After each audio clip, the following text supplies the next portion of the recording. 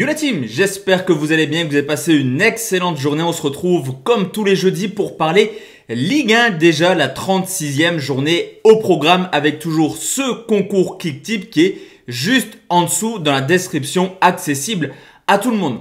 Juste avant de partir dans les 10 pronostics, 10 scores exacts, n'hésitez pas à lâcher un petit pouce bleu même si la période actuelle, on y reviendra ce soir, n'est pas extraordinaire sur la chaîne. Il est important de soutenir dans les bons comme dans les mauvais moments.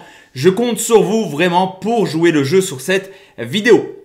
Avant de parler également des 10 scores exacts, on va comme d'habitude faire le point sur ce qui s'est passé la journée précédente dès lors de la 35e journée. C'est Ossine qui s'est imposé avec tout de même 48 points, deuxième position pour Anis 36, troisième Alex 33 points, quatrième Gaëlito 31 points, cinquième Petit Max avec 29 points. Ce qui nous donne au classement général toujours solide leader Rude BZH avec 829 points. Mais attention, 7006 est juste derrière avec 802 points. Troisième Shakir 770. Il complète le top 5. Ossine et également Erwin.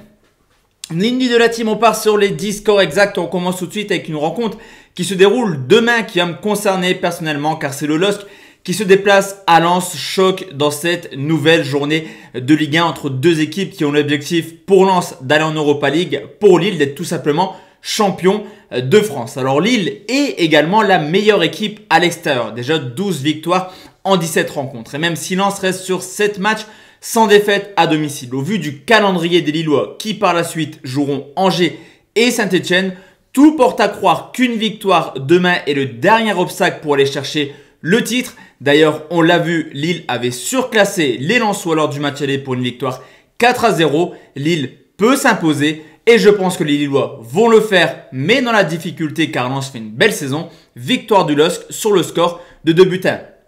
Deuxième rencontre, la team qui va concerner le maintien. Cette fois-ci, c'est Nantes qui reçoit Bordeaux. La donnée simple, une victoire de Nantes et Bordeaux est sous la menace de la relégation. Une victoire de Bordeaux, les Bordelais sont sauvés et à 99%, Nantes jouera au mieux les barrages pour se maintenir en première division.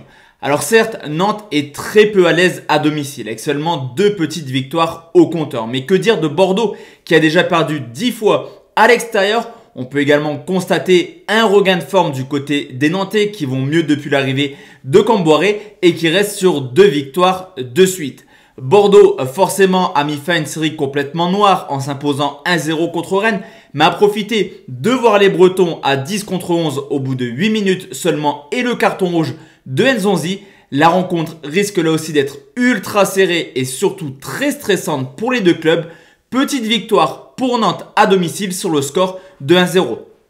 Troisième rencontre et là aussi on va parler Europe et maintien, c'est Lyon qui reçoit Lorient. Les Lyonnais qui se relancent dans la course à la Ligue des Champions en battant Monaco sur le score de 3-2 alors que Lorient est tout simplement l'une des équipes les plus en forme et surtout la plus spectaculaire actuellement. À domicile, Lyon a fait le taf cette année au contraire de Lorient qui a plutôt le cumul de ses points à domicile. À l'extérieur, c'est une toute autre histoire, une équipe qui perd semaine après semaine. Et je pense que Lyon a une occasion en or de mettre la pression sur Monaco qui se déplace à Reims. D'ailleurs, certes, Lyon perd des points bêtement par moment à domicile. Mais là, l'occasion est trop belle. Victoire de Lyon sur le score de 4-1.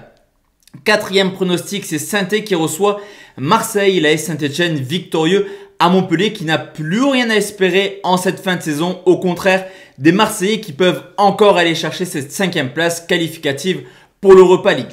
Alors forcément, sans public, sort de Première Ligue, plutôt de Ligue 1, pardon, il n'y a eu aucune victoire cette année. Certes, Marseille n'est pas non plus une équipe ultra emballante à l'extérieur et reste sur une mauvaise prestation contre Strasbourg. Mais depuis l'arrivée de Sampaoli, on voit du mieux du côté de Marseille qui pourrait s'imposer à l'usure du côté de Geoffroy Guichard. Victoire de Marseille sur le score de 1-0. Cinquième rencontre, c'est Strasbourg qui reçoit Montpellier. Montpellier qui a dit adieu à l'Europe il y a quelques semaines et n'est plus maître de ses résultats. Il reste sur 5 matchs sans victoire, dont 2 défaites de suite. Alors que du côté de Strasbourg, qui était bien parti pour se maintenir, à force de perdre des points toutes les semaines, Strasbourg se retrouve dans une situation très compliquée. Alors certes, Strasbourg fait une mauvaise saison à domicile et Montpellier est plutôt à l'aise à l'extérieur. Cependant, il va falloir regarder clairement quel est l'intérêt pour les deux équipes. On peut constater que Montpellier n'a plus rien à espérer en cette fin de saison. C'est la raison pour laquelle je vais partir sur une victoire de Strasbourg sur le score de 2-0. Sixième rencontre et c'est Metz qui reçoit Nîmes, des Nîmois beaucoup trop limités je trouve en cette fin de saison pour se sauver. Alors certes, Metz n'a plus rien à espérer et je vous l'ai dit, il va falloir vraiment regarder les enjeux dans les rencontres, mais Metz peut quand même garder une place dans le top 10 qui financièrement est beaucoup plus intéressante que terminer hors du top 10. Nîmes n'est pas non plus à l'aise hors de leur base et même si Metz reste sur 5 défaites de suite à domicile, on l'a vu la semaine passée, ils ont repris un petit peu de morale en s'imposant à Dijon. Victoire de Metz sur le score de 1-0. Nouvelle rencontre et c'est Nice qui reçoit à Brest, des Niçois complètement indignes le week-end dernier en s'inclinant 2-0 du côté de Lille avec 0 tir cadré alors que du côté de Brest, il manque juste quelques points pour se sauver. À domicile, la saison de Nice est très moche, on va pas se mentir, beaucoup plus d'ambition pour son club.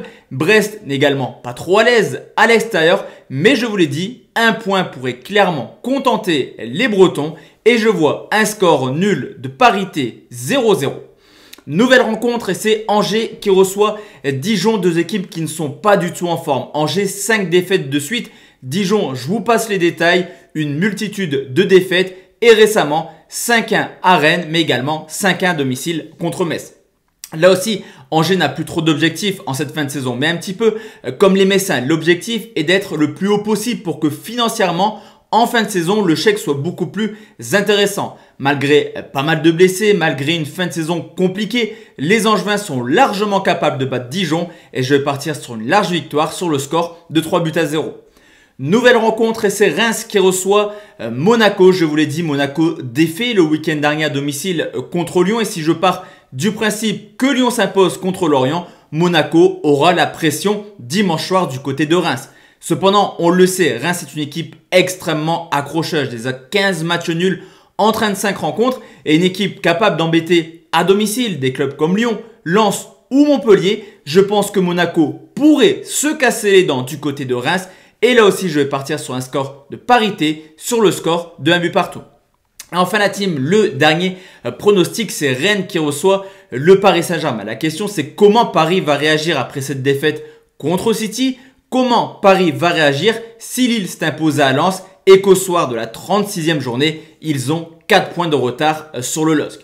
C'est l'occasion clairement de voir le mental des Parisiens. Est-ce qu'ils vont lâcher la fin de saison en Ligue 1 ou alors tout faire pour essayer d'aller chercher le titre. Surtout que Rennes a également l'ambition d'aller chercher cette 5e place. Mais la principale qualité du Paris Saint-Germain, c'est de se remettre en question en cette fin de saison et surtout le nombre de victoires à l'extérieur. On peut également constater que Rennes est dans l'obligation de s'imposer, que limite un match nul ne serait pas une bonne opération, ce qui pourrait profiter, je pense, aux Parisiens. Et je vais partir sur une victoire du PSG sur le score de 2-0.